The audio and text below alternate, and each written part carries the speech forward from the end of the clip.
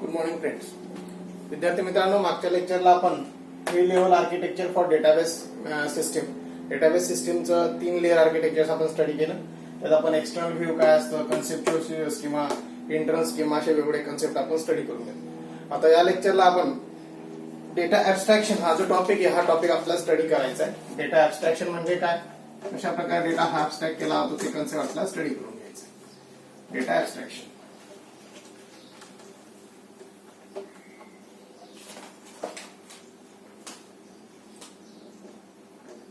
Data abstraction. विद्यार्थी मित्रांनो, data abstraction जर करायचं असेल, there are different level of data abstraction in a database management system. Database management system मध्ये वेगवेगळ्या प्रकारच्या लेवल्स आहेत. आपण बघू different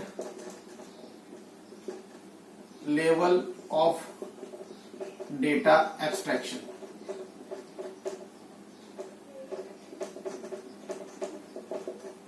different level of data abstraction हा टॉपिक आपला डेटा ऍब्स्ट्रॅक्शन मध्ये स्टडी करायचा आहे.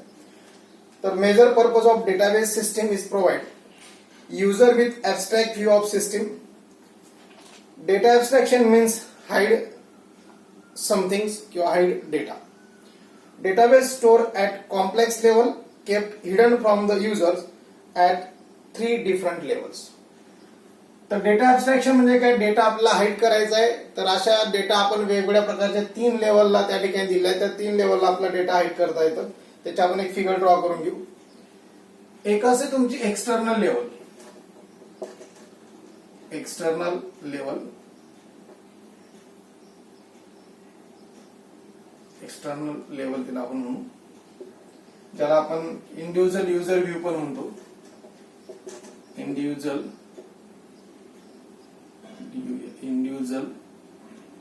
User view.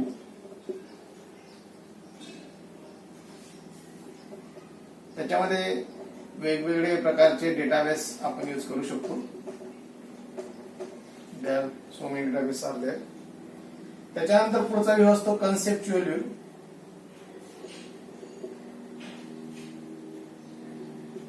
जी आपण सेकंड लेवल म्हणू शकतो. कन्सेप्च्युअल लेवल, जिला आपण कम्युनिटी युजर व्ह्यू पण म्हणू शकतो. Community user view.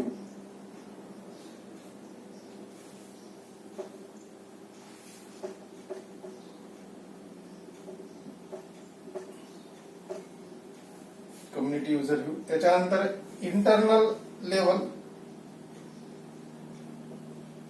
Internal level, जिला आपण फिजिकल लेवल पण म्हणतो किंवा स्टोरेज व्ह्यू, ज्याला आपण स्टोरेज व्ह्यू पण म्हणू शकतो. असे एकूण 3 लेवल्स आपल्याकडे अवेलेबल्स आहेत. There are 3 levels data abstraction in database management system. तर ही झाली तुमची डिफरंट लेवल ऑफ डेटा ऍब्स्ट्रॅक्शनची एक फिगर. सर्वात पहिला आपण पहिला व्ह्यू बघू, जो आहे आपला एक्सटर्नल लेवल. पहिला लेवल, ज्याला आपण इंडिव्हिज्युअल युजर व्ह्यू पण असं म्हणू शकतो. External level also known as a view level, ज्याला व्ह्यू लेवल पण म्हटलं जातं. The highest level of abstraction describe the only parts of the entire database. हा सर्वात मोठी लेवल आहे. याच्यामध्ये abstract the describe only parts of the entire database. डेटाबेसचे पूर्ण पार्ट त्या ठिकाणी डिस्क्राईब करता येऊ शकतात. External level concern with the individual user see the data. Individual user हा डेटा पूर्णपणे बघू शकतो, जिला आपण एक्सटर्नल लेवल ऑफ डेटा ऍब्स्ट्रॅक्शन असं म्हणू शकतो. त्याच्यामध्ये ही सगळ्यात हायेस्ट लेवल असते. Describe the part of your database. याच्यामध्ये आपला डेटाबेसचे पार्ट्स आपल्याला डिस्क्राईब करता येऊ शकतात. Can have many different view of database. याच्यामध्ये आपण डेटाबेसचे भरपूर व्ह्यू त्या ठिकाणी बघू शकतो. There are concept of external level. त्याच्यानंतर आपण सेकंड लेवलकडे जाऊ. सेकंड लेवल आहे तुमची कन्सेप्च्युअल लेवल, जिला आपण कम्युनिटी युजर व्ह्यू असं पण म्हणतो. हा इंडिव्हिज्युअल युजर व्ह्यू झाला, हा कम्युनिटी युजर व्ह्यू झाला.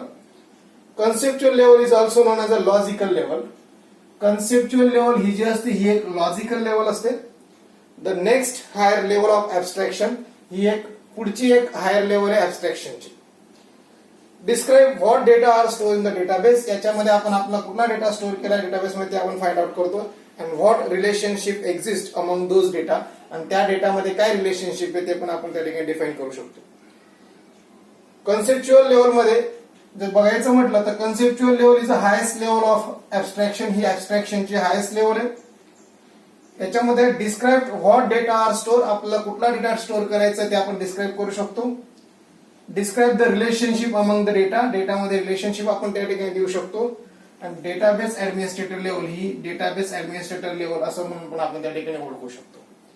त्याच्यानंतर तिसरी लेवल आहे जिला आपण इंटरनल लेवल किंवा फिजिकल लेवल किंवा स्टोरेज व्ह्यू असं पण म्हणू शकतो. म्हणून इंटरनल लेवल मध्ये आपण बघितलं की internal level is also known as a physical level. Internal लेवलला फिजिकल लेवल असं पण म्हटलं जातं. The lowest level of abstraction, ही सर्वात खालची आणि लोएस्ट लेवल असणारी ऍबस्ट्रॅक्शनची. Describe how the data are actually store, याच्यामध्ये कुठला डेटा आपल्याला ऍक्च्युअली स्टोर करायचा तो त्या ठिकाणी डिस्क्राईब करता येतो. The physical level describe complex low level data structure. Physical level ही थोडीशी कॉम्प्लेक्स असते आणि सर्वात लो लेवल ही डेटा ऍबस्ट्रॅक्शनची, डेटा स्ट्रक्चरची सर्वात शेवटची लेवल असणार आहे. सांगायचं म्हटलं तर इंटरनल लेवलला फिजिकल लेवल असंही म्हटलं जातं. How the data are store, याच्यामध्ये आपला कुठला डेटा आहे ते स्टोर करता येतो. याला आपण लोएस्ट लेवल ऑफ ऍबस्ट्रॅक्शन असं पण म्हणू शकतो. And is a complex low level structure, ही एक सर्वात कॉम्प्लेक्स आणि शेवटची एक लेवल त्या ठिकाणी असणार आहे. अशा आपण बघितलं डिफरंट लेवल ऑफ डेटा ऍबस्ट्रॅक्शन. त्याच्यानंतर जर आपण एक्झाम्पल बघायचं म्हटलं, आता फिजिकल लेवल म्हणजे काय, कन्सेप्च्युअल म्हणजे लॉजिकल लेवल जिला आपण म्हणतो. एक्सटर्नल लेवल ही सगळ्यात हायेस्ट लेवल आहे, ही त्याची नेक्स्ट हायर लेवल आहे. आणि फिजिकल लेवल, इंटरनल लेवल ही सगळ्यात लोएस्ट डेटा ऍबस्ट्रॅक्शनची लेवल असणार. म्हणजे एक्झाम्पल जर बघायचं म्हटलं तर फिजिकल लेवल म्हणजे काय, जसं बीट, बाईट, गिगाबाईट, टेराबाईट आपण म्हणू शकतो. लॉजिकल लेवलमध्ये आपला डेटा स्टोअर करता येतो फील्ड आणि ऍट्रिब्यूटच्या फॉर्मॅटमध्ये, त्याचे रिलेशनशिप आपल्याला मेंटेन करता येतं. आणि व्ह्यू लेवलमध्ये interact, user just interact with the system with the help of the GUI. आणि फिजिकल लेवलमध्ये युजर हा जीयूआयच्या माध्यमातून आपल्या सिस्टीम मध्ये इंटरॅक्शन करत असतो, जिला आपण व्ह्यू लेवल म्हणतो. फिजिकल लेवलमध्ये आपला जो डेटा असतो तो ब्लॉकच्या स्वरूपात स्टोअर होतो, म्हणजे बाईट्स, बीट्स आणि गिगाबाईट्स मध्ये. लॉजिकल लेवल म्हणजे आपण कन्सेप्च्युअल लेवल म्हणतो, याच्यामध्ये तुम्हाला तुमचे जे फील्ड्स आहेत, डेटा आहे ते डिस्क्राईब करता येतो, त्यांच्यामध्ये रिलेशनशिप त्या ठिकाणी डिफाईन करता येतं. आणि एक्सटर्नल लेवल जिला आपण व्ह्यू लेवल पण म्हणतो, याच्यामध्ये डायरेक्टली युजर हा आपल्या सिस्टीमशी इंटरॅक्शन करत असतो with the help of the GUI. That is a concept of different level of data abstraction. पुढचा टॉपिक आपल्याला घ्यायचा आहे instance and schema.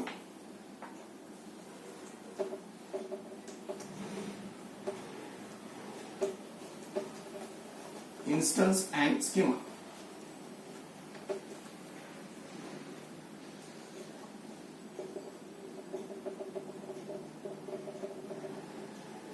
Instance and schema.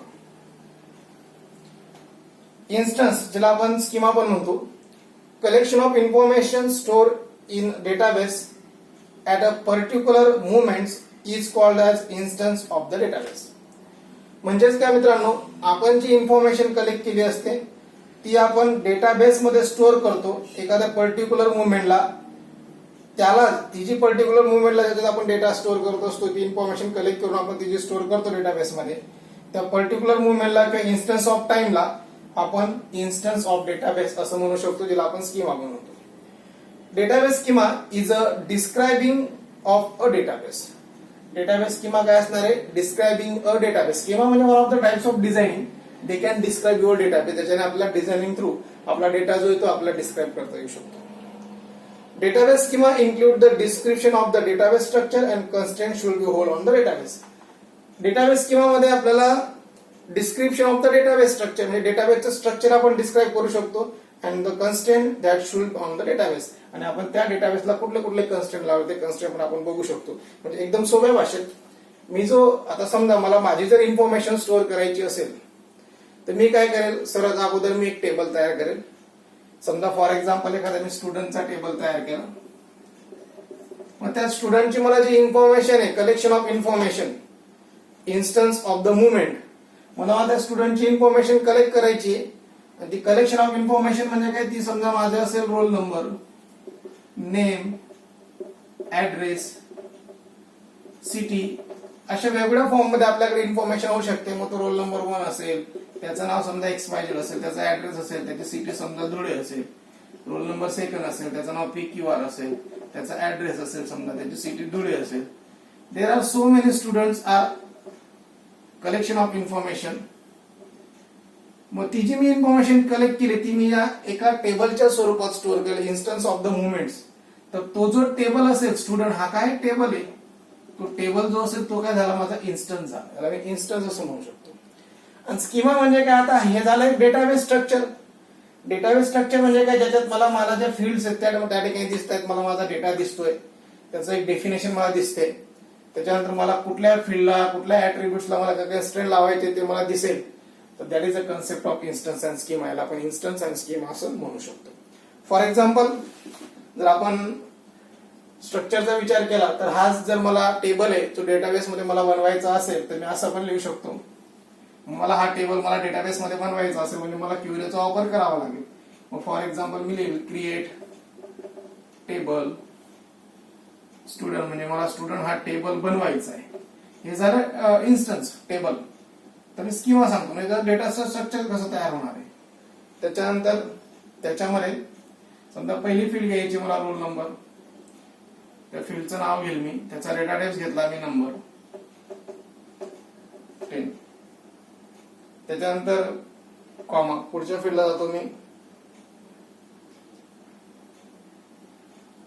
Character name,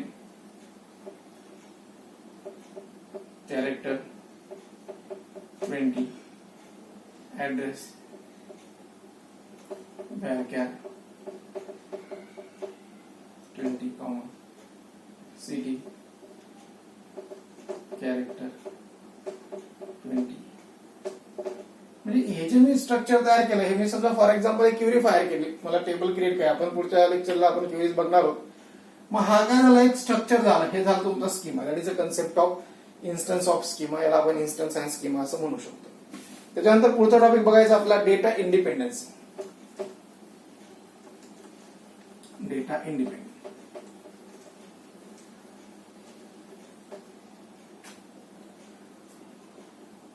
data independence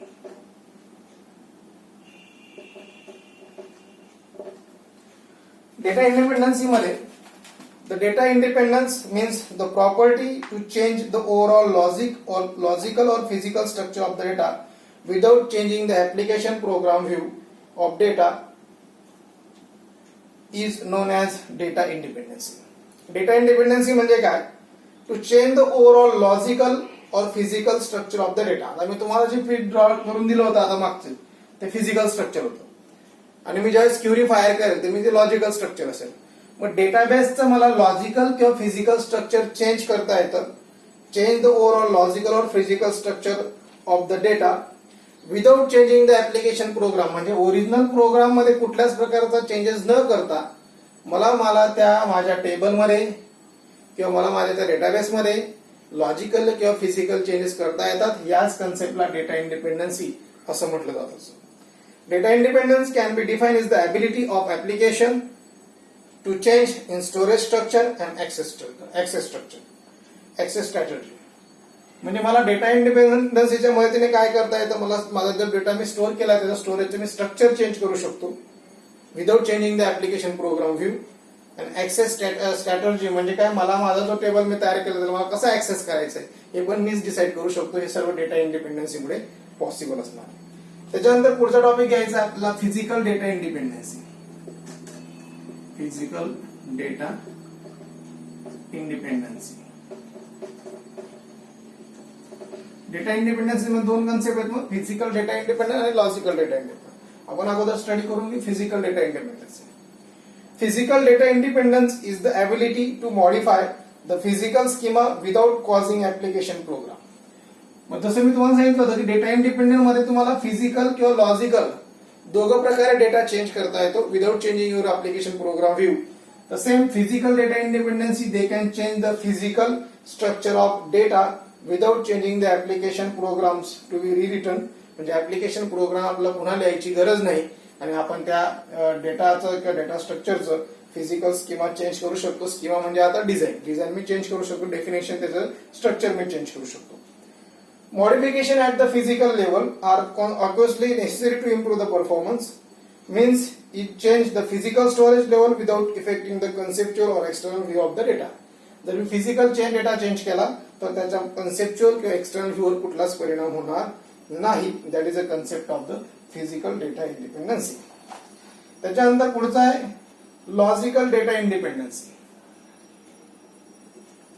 logical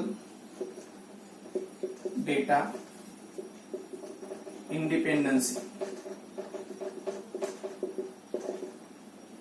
हा झाला सेकंड पार्ट तुमचा data इंडिपेंडन्सीचा. Logical data independency. Logical data independency is the ability to modify the logical schema without causing application program to be written. जसं आपल्याला physical data independency मध्ये physical schema change करता येत होता, तसं लॉजिकल डेटा इंडिपेंडन्सी मध्ये तुम्हाला लॉजिकल डेटा चेंज करता येतो without causing application program to be written. म्हणजे आपला ऍप्लिकेशन प्रोग्राम पुन्हा लिहायची गरज नाही. The modification at the logical level. Logical लेवलला काय मॉडिफिकेशन असतं? Are necessary whenever the logical structure of the database is alter. म्हणजे मला जे लॉजिकल स्ट्रक्चर मी डेटाबेसचं बनवलं असेल त्याला मला अल्टर करता येतं, त्याला मला चेंजेस करता येतात. The logical data independency overall logical structure of data may be change without changing the application program. म्हणजे लॉजिकल डेटा इंडिपेंडन्सी मध्ये काय होतं तर overall logical structure of the data may be change. पूर्णपणे लॉजिकल स्ट्रक्चर आपण change करू शकतो without changing the application program. Program मध्ये कुठल्याच प्रकारचे चेंजेस करायची गरज नाही. That is a concept of logical data independency. For example जर आपण याचं बघायचं म्हटलं तर फिजिकल डेटा इंडिपेंडन्सी मध्ये समजा ऍड एक्स्ट्रा फील्ड, मला एखादी नवीन फील्ड ऍड करायची असेल without disturbing the old record. म्हणजे अगोदरचा कुठलाच रेकॉर्ड डिस्टर्ब न करता मी नवीन फील्ड ऍड करू शकतो. हा झाला फिजिकल डेटा इंडिपेंडन्सी. जसं for example physical data independency जर एक्झाम्पल बघायचं म्हटलं फिजिकल डेटा इंडिपेंडन्सीचं, समजा मला एखादी फील्ड आहे, कॅरेक्टर ऍड्रेस नावाची फील्ड आहे, ती फील्ड मला ऍड करायची, तर मी फील्ड ऍड करू शकतो. हे झालं फिजिकल डेटा इंडिपेंडन्सी. त्याच्यानंतर लॉजिकल डेटा इंडिपेंडन्सीचं आपण एक्झाम्पल बघायचं म्हटलं, the attributes from the different table are consider and those attributes query is written. Hence attribute name, table name are properly selected and written, otherwise result may not appear with the required format. समजा मला एखादा data बघायचा आहे, समजा मला Curie बघायची की select, मला रोल नंबर आणि नेम बघायचं आहे स्टुडंट टेबल म्हणून. तर मी जर फील्डचं नाव चुकीचं टाकलं असेल तर मला ती फील्ड मधला त्या रेकॉर्ड मला बघायला मिळणार नाही. That is a concept of the logical data independency. म्हणजेच काय, मी जे फील्डचं नाव टाकलं असेल तेच मला या ठिकाणी युज करावं लागेल आणि तो झाला तुमचा लॉजिकल व्ह्यू. आणि फिजिकल म्हणजे काय, तुम्ही एखादी नवीन फील्ड ऍड करून घेताय, त्याच्यामुळे तुमचा अगोदरचा प्रोग्राम डिस्टर्ब होणार नाही, याच्यामुळे पण तुमचा नंतरचा प्रोग्राम डिस्टर्ब होणार नाही. That is a concept physical data and logical data independency. त्याच्यानंतर ओव्हरऑल स्ट्रक्चर ऑफ डीबीएमएस. आता डेटाबेस मॅनेजमेंट सिस्टमचं आपलं स्ट्रक्चर बघायचं.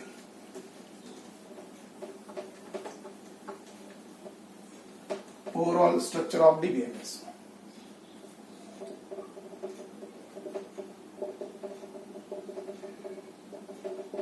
डेटाबेस मॅनेजमेंट सिस्टीमचं पूर्ण स्ट्रक्चर कशा प्रकारे त्या ठिकाणी असणार.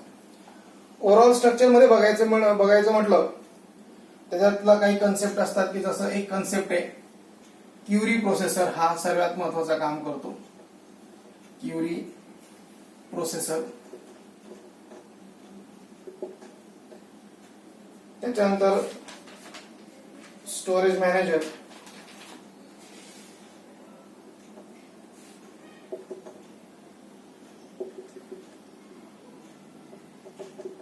Storage manager.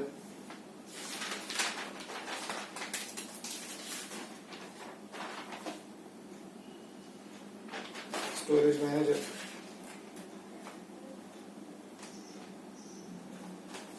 त्याच्यानंतर डेटा स्ट्रक्चर.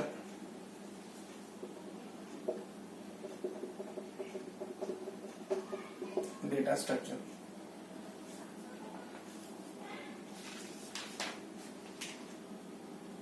अशा काही कन्सेप्ट आहेत database overall structure of the database management system मध्ये. एक फिगर मी तुम्हाला दाखवतो. ती फिगर कशा प्रकारे असणार आहे. फिगर आपला आता खूप मोठी आहे, तेवढी फिगर तुम्हाला मी इथे दाखवू शकत नाही. मी तुम्हाला बुक मध्ये दाखवतो. इथे एक फिगर दिलेली आहे विद्यार्थी मित्रांनो. Navy users, application programmers, sophisticated users, database administrator हे वेगवेगळे प्रकारचे युजर्स आपल्याला दिसतात. ऍप्लिकेशन इंटरफेस काही प्रोग्राम दिसतात, त्याच्यामध्ये ऍप्लिकेशन इंटरफेस असेल, ऍप्लिकेशन प्रोग्राम्स असतील, क्युरी असतील, डेटाबेस स्कीमा असेल. त्याच्यानंतर ऍप्लिकेशन प्रोग्राम ऑब्जेक्ट कोड असेल, एम्बेडेड डीएमएल आहे, त्याच्यामध्ये डीएमएल आणि डीडीएल ऑपरेशन्स असतात. क्युरी इव्हॅल्युएशन इंजिन्स आपल्याला दिसते, ज्याने क्युरी तुमची एक्झिक्यूट होईल. मग त्याच्यानंतर ट्रान्झॅक्शन मॅनेजर, त्याच्यामध्ये बफर मॅनेजर, स्टोरेज मॅनेजर, वेगवेगळ्या प्रकारचे मॅनेजर आहेत. त्याच्यानंतर फाईल मॅनेजर आणि डिस्क स्टोरेज. डिस्क स्टोरेज मध्ये मग डेटा फाईल असेल, इंडायसेस असेल, स्टॅटिस्टिकल डेटा असेल, स्टॅटिस्टिक्स असेल.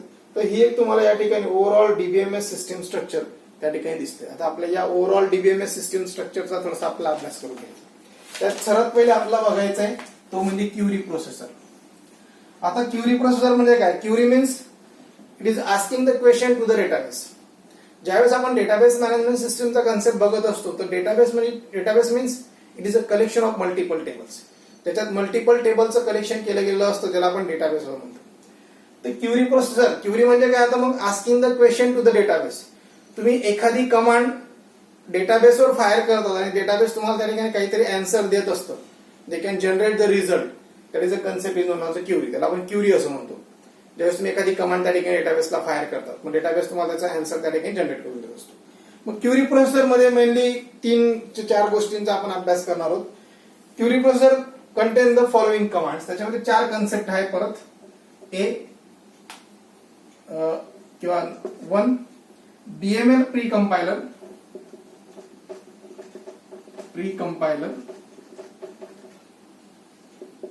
दुसरी embedded DML pre compiler.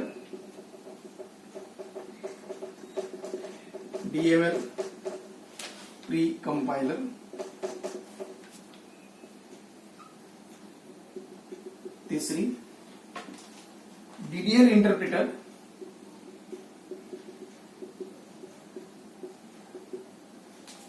Number 4 query evaluation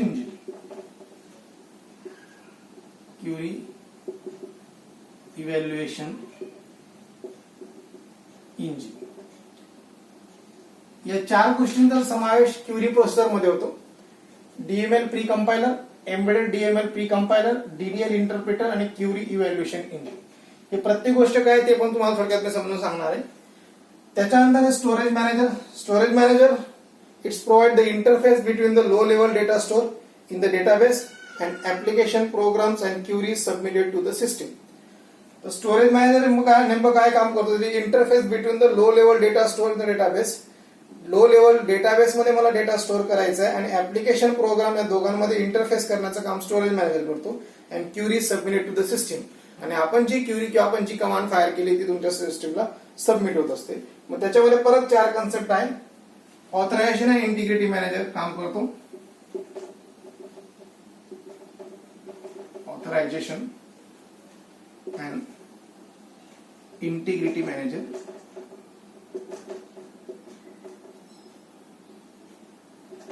हे आपण स्टडी करणार आहोत. सेकंड आहे ट्रान्झॅक्शन मॅनेजर.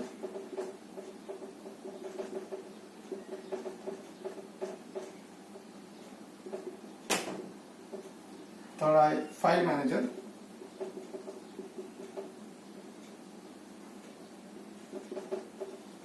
आणि 4 आहे buffer manager.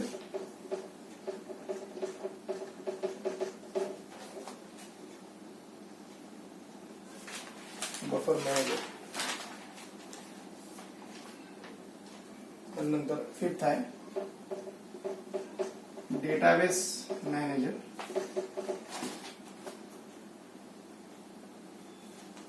and storage manager or storage manager. असे 5 त्या ठिकाणी कन्सेप्ट यूज केले जातात स्टोरेज मॅनेजर मध्ये. Authorisation integrity manager, transaction manager, file manager, buffer manager, database manager and storage manager. त्याच्यानंतर डेटा स्ट्रक्चरचा कन्सेप्ट आहे आपल्याकडे. डेटा स्ट्रक्चर मध्ये बघितलं त्याच्यामध्ये परत 4 कन्सेप्ट आहेत. Data files, Second, data dictionary.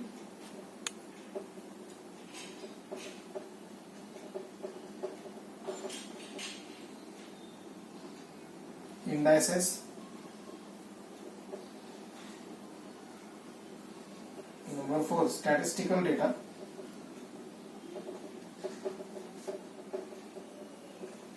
That is the concept, overall structure of the database management system. तर बघा मित्रांनो, तुम्हाला मी अगोदरच फिगर दाखवली होती. फिगर मध्ये वेगवेगळ्या प्रकारचे युजर्स दिसत आहेत, ऍप्लिकेशन इंटरफेस, ऍप्लिकेशन प्रोग्राम दिसतात. त्याच्यानंतर क्युरी प्रोसेसर, बघा हा क्युरी प्रोसेसरचे डायग्राम्स आहे. याच्यामध्ये application program, object code, embedded DML pre compiler जो आपण बघितला, डीएमएल कंपायलर पण दिसतोय, डीडीएल इंटरप्रिटर आपल्याला दिसतोय आणि क्युरी इव्हॅल्युएशन इंजिन दिसतंय. त्याच्यानंतर हा स्टोरेज मॅनेजर आहे, सेकंड पार्ट स्टोरेज मॅनेजर, ज्याच्यामध्ये ट्रान्झॅक्शन ऑथरायझेशन आणि इंटिग्रिटी मॅनेजर आपल्याला दिसतोय. त्याच्यानंतर buffer manager, file manager, transaction manager आपल्याला दिसतोय. आणि डिस्क स्टोरेज, आपला डेटा स्ट्रक्चरचा जो कन्सेप्ट आहे ज्याच्यामध्ये मला डेटा स्टोअर करता येतो, तो म्हणजे थर्ड कन्सेप्ट डेटा स्ट्रक्चर, ज्याच्यामध्ये data file, data dictionary, indices, statistical data हे कन्सेप्ट अवेलेबल आहेत. आता एक एक कन्सेप्ट आपण स्टडी करून क्युरी प्रोसेसर. क्युरी प्रोसेसरमध्ये तुम्हाला अगोदरच सांगितलं की मला एखादी क्युरी म्हणजे एखादी कमांड फायर करायची असेल तर त्यासाठी क्युरी प्रोसेसरचा वापर केला जातो. ज्याच्यामध्ये डीएमएल प्री कंपायलर काय ते आपण बघू. DML stand for the data manipulation language. तुम्हाला जर तुमच्या डेटाबेसमध्ये जो डेटा तुम्ही स्टोअर केला त्यात जर तुम्हाला चेंजेस करायचे असतील तर त्यासाठी तुम्ही डीएमएलचा यूज करू शकता. That is a data manipulation language. DML pre compiler काय काम करतो ते तुम्हाला अगोदर समजून सांगतो. DML pre compiler, it translates DML statement in query language into the low-level instruction that query evaluation engine understand. DML statement मध्ये मी अगोदर सांगितलं की अशा स्टेटमेंट की जे तुम्हाला अपडेट करू शकतात, जसं एडिट असेल, नंतर तुमचं डिलीट असेल, सिलेक्ट असेल, तर ह्या ज्या कमांड्स आहेत किंवा इन्सर्ट असेल तर या सगळ्या डीएमएलच्या कमांड्स आहेत. तर तुम्हाला त्या डीएमएलचे ज्या स्टेटमेंट असतात in query language in to the low level instructions that query evaluation engine understood, तर हे डीएमएल प्री कंपायलर काम करतो. त्याच्यानंतर embedded DML pre compiler, it convert the DML statement embedded in a application program to normal procedure call in to the most language. याच्यामध्ये embedded DML pre compiler, त्याच आपल्या ज्या DML statement असतील त्या embedded in application program, त्या embed होतात application program to normal procedure and call in to the host language, आणि host language मध्ये तुम्हाला ते कॉल करता येतं. त्याच्यानंतर DDL interpreter, it interpret the DDL statement and record them set of table containing meta data और data dictionary. DDL interpreter, DDL म्हणजे काय, डेटा डेफिनेशन लँग्वेज. याच्यामध्ये कुठल्या कमांड्स असतात, create table, alter table, drop table. तर याच्याने काय होतं, तुमच्या ज्या डीडीएल कमांड आहेत त्या इंटरप्रिट केल्या जातात, DDL statement, record them set of tables containing meta data और डेटा डिक्शनरी. मेटा डेटा मध्ये, Meta data means data about data, आणि डेटा डिक्शनरी मध्ये तुम्हाला तो डीडीएल त्या स्टेटमेंट जे आहेत ते इंटरप्रिट करता येत असतं. त्याच्यानंतर क्युरी इव्हॅल्युएशन इंजिन, हे पण क्युरी प्रोसेसरचा एक पार्ट आहे. It execute the low level instruction generated by the DML compiler. Low level instruction म्हणजे काय, तुम्ही ज्या डीएमएलच्या ज्या ज्या स्टेटमेंट लिहिल्या असतील त्या स्टेटमेंट डायरेक्टली तुम्हाला इव्हॅल्युएट करता येतात, एक्झिक्यूट करता येतात. Low level instruction by DML compiler, that is known as a query evaluation engine, याला आपण म्हणू शकतो. त्याच्यानंतर पुढचा कन्सेप्ट आहे स्टोरेज मॅनेजर. स्टोरेज मॅनेजर मध्ये it provide the interface between the low level data store in the database and application program. Application program आणि database मध्ये जो आपण लो लेवल डेटा स्टोअर केलाय त्या दोघांमध्ये इंटरफेस करण्याचं काम स्टोरेज मॅनेजर करतो. आपण फिगर मध्ये बघू. हे बघा स्टोरेज मॅनेजर, हा डेटा इथं स्टोअर होणार आहे आणि हे इंटरफेस काही प्रोग्राम्स आहेत, या दोघांमध्ये या ठिकाणी इंटरफेस करायचं काम स्टोरेज मॅनेजर हे करणार आहे. त्याच्यानंतर ऑथरायझेशन इंटिग्रिटी मॅनेजर, हा त्याच्यामध्ये काम करेल. Authorization integrity manager, it test for the satisfaction of integrity constant, check the authority of user to access the data. Authorization त्याच्या नावातच दिलं गेलंय, म्हणजे हा काय करेल, ऑथरायझेशन चेक करेल की आपण test for the satisfaction of integrity constant, तुम्ही ज्या कन्स्टंट लावल्यात जे सेट ऑफ रूल्स लावले असतील तर तो सॅटिस्फाईड करेल, चेक करेल. Authority of user to access data, ज्यावेळेस डेटा म्हणजे डेटा स्टोअर होईल त्यावेळेस, आणि ऑथरायझेशन पण चेक करेल की ज्यावेळेस तुमचा डेटा तो कोणी ऑथराइज युजर किंवा अनऑथराइज युजर ऍक्सेस करतोय का ते चेक करायचं काम, ऑथर किंवा टेस्ट करायचं काम ऑथरायझेशन आणि इंटिग्रिटी मॅनेजरकडे असणार. त्याच्यानंतर ट्रान्झॅक्शन मॅनेजर आहे.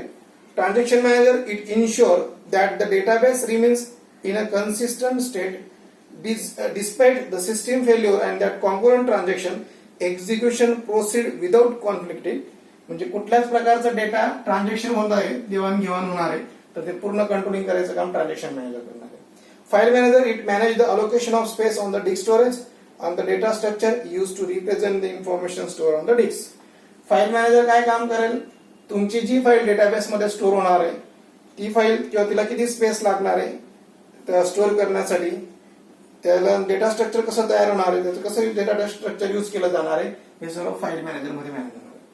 त्याच्यानंतर buffer manager it is responsible for fetching the data. Buffer manager हा तुमचा डेटा फेच करणं किंवा रिट्राईव्ह करताना यूज केला जातो. Disk storage in to the main memory, म्हणजे तुम्ही जो डेटा डिस्क मध्ये स्टोअर केला आहे आणि मेन मेमरीमध्ये आपल्याला फेच करायचं असेल तर त्यावेळेस बफर मॅनेजर त्या ठिकाणी काम करेल. Deciding what data to cache in the memory, म्हणजे किती डेटा तिथून तुम्ही फेच करणार तो डिसाइडिंग करायचं काम, आणि ते डिस्क स्टोरेज म्हणून तुम्हाला किती डेटा फेच करायचा आहे आणि किती डेटा तुम्हाला रिट्राईव्ह करायचा आहे ते पूर्ण काम, तेवढाच डेटा तुम्हाला तो रिट्राईव्ह करून देईल डेटा डिस्क स्टोरेज मधून. That is buffer manager. त्याच्यानंतर डेटाबेस मॅनेजर और स्टोरेज मॅनेजर. डेटाबेस मॅनेजर जर बघितलं तर there are program modules which provide the interface between the low level data store and the database and the application programs and queries separate to the systems. याच्यामध्ये आपला जो database असणार आहे त्या database मध्ये आणि ऍप्लिकेशन प्रोग्राम मध्ये हा मध्ये त्या ठिकाणी काम करणार आहे. Queries submitted to the system, आणि आपण जे आपण क्युरीज देणार आहोत त्या डेटाबेस पर्यंत पोहोचवण्याचं काम डेटाबेस मॅनेजर आपल्याला त्या ठिकाणी करून देणार आहे. तर त्याच्यामध्ये वेगवेगळे कन्सेप्ट आपण वापरू शकतो. मग त्याच्यानंतर डेटा स्ट्रक्चर असेल, त्याच्यामध्ये वेगवेगळे कन्सेप्ट आहेत. डेटा फाईल्स असेल, डेटा डिक्शनरी असेल, इंडायसेस असेल, स्टॅटिस्टिकल डेटा असेल. तर आपण अगोदर डेटा फाईल्स बघू. डेटा फाईल्स म्हणजे काय, it store the data database. आपण डेटाबेस मध्ये जो डेटा स्टोअर करतो त्याला आपण डेटा फाईल्स म्हणतो. त्याच्यानंतर data dictionary it store Meta data about the structure of the database. Data dictionary म्हणजे हा मेटा डेटा असतो, म्हणजे डेटामध्ये डेटा असतो, स्ट्रक्चर ऑफ द डेटाबेस आपण याला म्हणू शकतो. Indices fast access to data item that hold the particular value. Indices म्हणजे काय, जर मला एखादा डेटाबेस मधून डेटा काढायचा आहे आणि तो डेटा मला फास्ट ऍक्सेस करून घ्यायचा आहे, तर मी तो जो छोटासा स्मॉल इन्स्टन्स तयार करेल ज्याला मी इंडायसेस असं म्हणू शकतो. आणि statistical data it store the statistical information about the data in the database. Statistical information जर मला स्टोअर करायची असेल डेटाबेसमध्ये तर अशा वेळेस मी स्टॅटिस्टिकल डेटाचा यूज करणार आहे. The information is use to query processor to select the efficient way to execute query. याचा क्युरी प्रोसेसर याचा वापर करेल आणि इफिशियंट वेने मला तो डेटा त्या ठिकाणी स्टोअर करता येईल. That is overall structure of the DBMS. हा कन्सेप्ट आपण स्टडी करून घेतला. बाकीचं टॉपिक आपण नेक्स्ट लेक्चरला कंटिन्यू करू. Okay, thank you.